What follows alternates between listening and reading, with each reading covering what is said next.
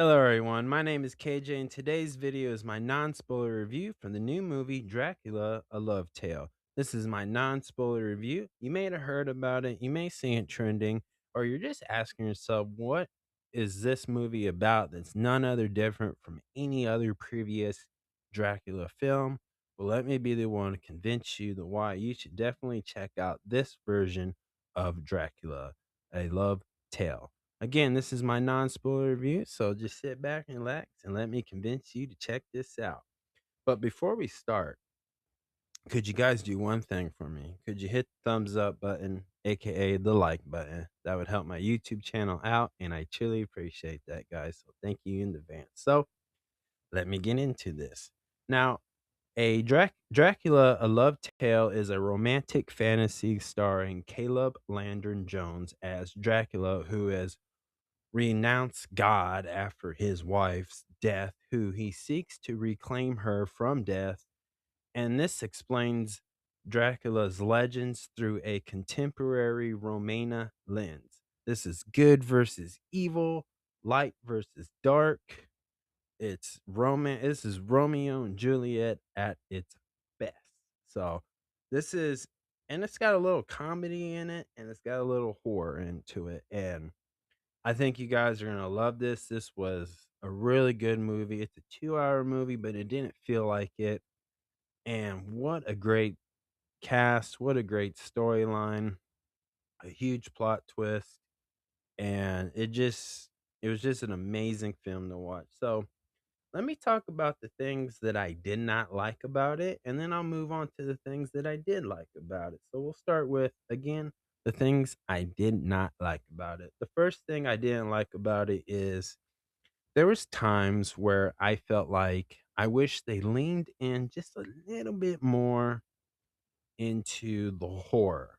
There was times where I felt like there were certain scenes where I think there were certain vampires, including Dracula, that needed to be a vampire at like a scary way. And I felt like there was some scenes I just wish they did, but it's not a big deal. But I wish there was times, again, they just leaned a little bit more into the horror. But I understand they're trying to balance that out with the actual love story of Dracula and his wife. So I get that. And then the last thing I didn't like about it, which there's only two things, was that, and this last one is I wish when there had the scenes in Romania, I wish there was actors or actresses who can speak Romania at times. And I knew that like, most movies who do stuff like this don't really do that a lot, but I wish for this, the way this was told, which again, this was an awesome movie. I wish they did have those actual Romania actors and actresses at this particular time in certain scenes. So, but they're the only two things that I did not like about this. Now, let me talk about the things that I did like about this. And I only got four things. Number one, I like that it was visually beautiful. Like this, it took one place it took at in this film is was France, Paris, France, and you see the Eiffel Tower, and it just looks beautiful in that time period of when the legendary Dracula would have existed, and it just looked really beautiful, and it was just an amazing visually. Just the background, even when like there were scenes where it was dark and scary and eerie, I mean, it just looked so good. Like, it just felt like you were really in there. You were in that castle, just everything. It's just amazing. There's a lot of there was a lot of gory stuff at times, a lot of blood, but visually it just looked good, like very artistic. Like it made sense. It wasn't too much bloody. It was just enough to make it look like a masterpiece of art. So I really like that. The second thing is I like the multiple psychological themes through this, and When I mean by that, they had, like, different ways to mess with your mind, to kinda get you thinking. When you think it was gonna go this way, it went a complete different way, and then a certain scene had a different theme of a psychological thriller type, and I really liked those because it really made sense, and it fit real into the whole main plot of the movie.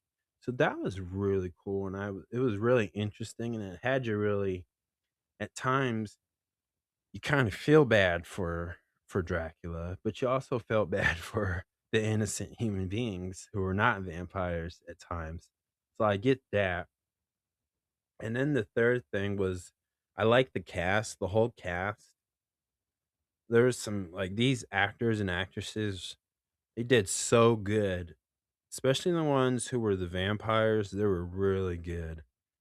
And I love the how, like, you can tell they kinda old schooled it with the vampire teeth, but and then blended it in with, like, the CGI or the VFX effects, like, really good blend, and, just the cinema photography, again, with the way they did it with this was just amazing, like, a really good blend, and just the way the cast got to be just to perform as a vampire or just a priest or a doctor, just they did so good, and, just they sounded like they were from that time period of when this took place, which I think was, like, I don't even know the remember, but it was just really good. It was just good. The cast did a really amazing job on that. And then the fourth thing that I like about it was it really portrayed the portrayal of grief that they really portrayed on that, the grief in this, especially with Dracula. I thought it was really good, and the way they went this route with it was I don't think it's the same story of Dracula, if you know it, if from old Dracula movies, but the way they did this one, it just I thought it was really cool. I thought that was an interesting take on it, and I don't know, I just thought this was really good, like, it showed, like, somewhat of a softer side of Dracula, but it made you understand where he's coming from. His heart was broken, right? People grieve differently, and for him, it was a interesting way of him grieving. But again, it sticks to what you would imagine a vampire movie would be like, so it does have that element for obvious reasons, but I just like the way they portrayal the grief in this film, and I thought that was really good. And then a couple other things I just wanna point out too that really stood out to me in this film was the some of the dancing, some of the comedy in it.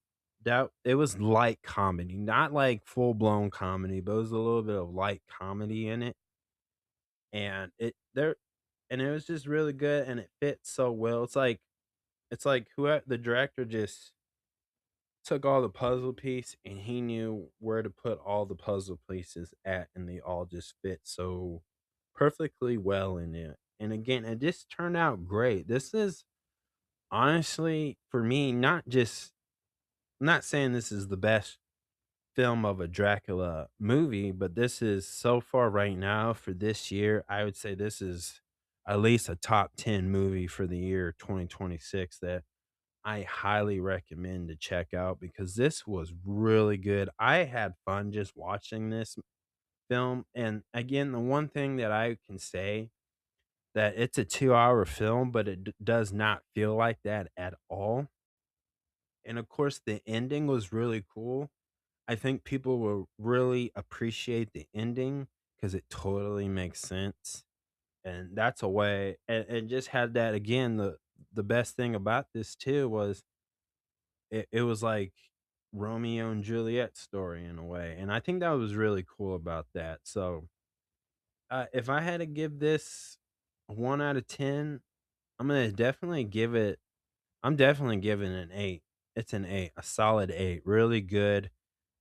The only thing is, again, this story has been told in previous movies and shows before about Dracula, and again, there's no other thing like that just makes it different. They never add nothing new to this, like new additions to the classic Dracula story. It's pretty much the same thing.